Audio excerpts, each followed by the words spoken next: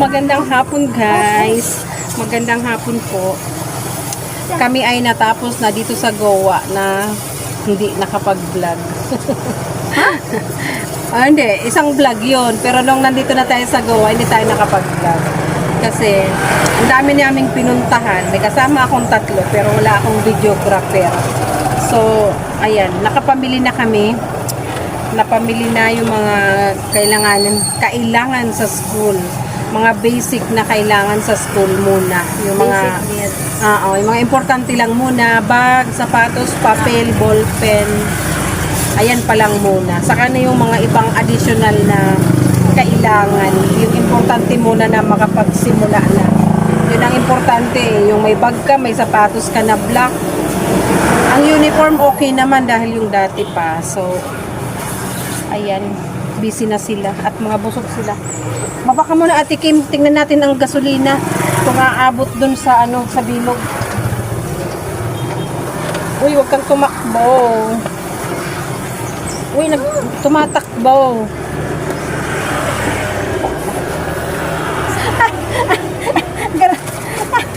Ano yan?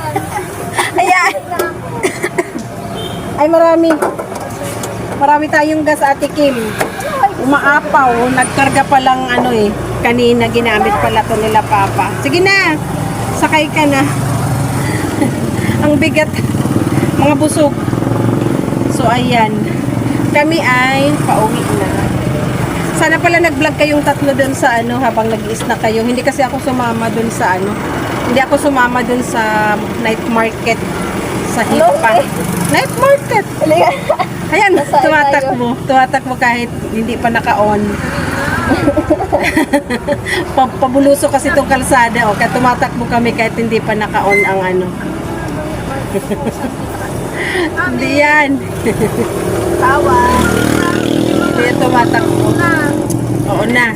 Ma-start na ako. Igilid ko lang. Pasaway.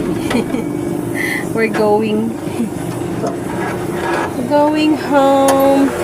Papakita na lang namin yung kalsada. Kasi Tingnan mo. Sige. ayan. Pakita muna natin ang ating mga pinamili. Enchonggo. Ayan. Binder, notebook, wallet, hair clip. Ito. Shoes, pang PE na shoes, white shoes na pang PE. Yung black shoes, in-order na lang online. Ayan, backpack ni Ate Nikki. Simpleng cute. Ayan, mura lang, 300. So, syempre, ito yung lagi niyang hinahanap na bihirang magkaroon na ayan yung soft drinks na trio. Dalandan, pomelo at calamansi. Kita na ba? Natatakpan ng kamay ko. Ano bang vlog to? So, ayan, sikip kasi sila. O, kaway. Guys, Ate Yuhan, Ate Nikki.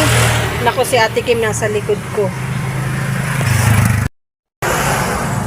Ate Kim, ano yan? Antok? Busog? Grabe ang pawis ko. Nagmamantika na yung mukha. Tara na nga. Tara, let's. Pakita na lang natin yung kalsada. Ang init. Tumatakbo na tong tricycle namin kahit hindi pa nakastart.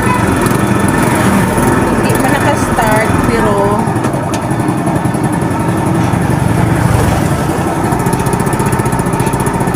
pabuloso kasi. Okay, let's go.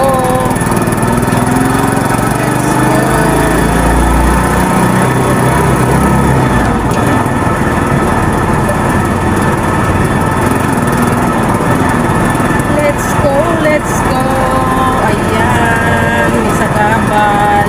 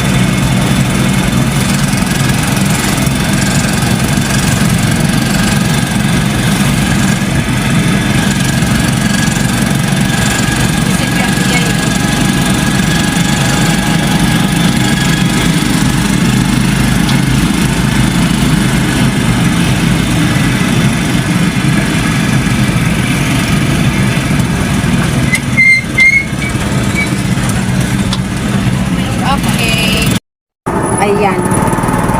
So, nabulol pa. Nakalabas na kami sa town proper. So, dito na kami sa papasok na sa mga barangay. Ilang barangay ba dadaanan natin papasapot sa amin?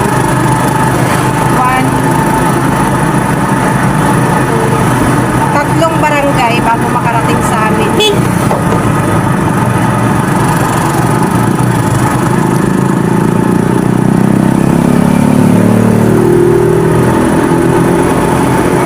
Mula sa Monday, araw-araw na naman tayong babiyahe, guys.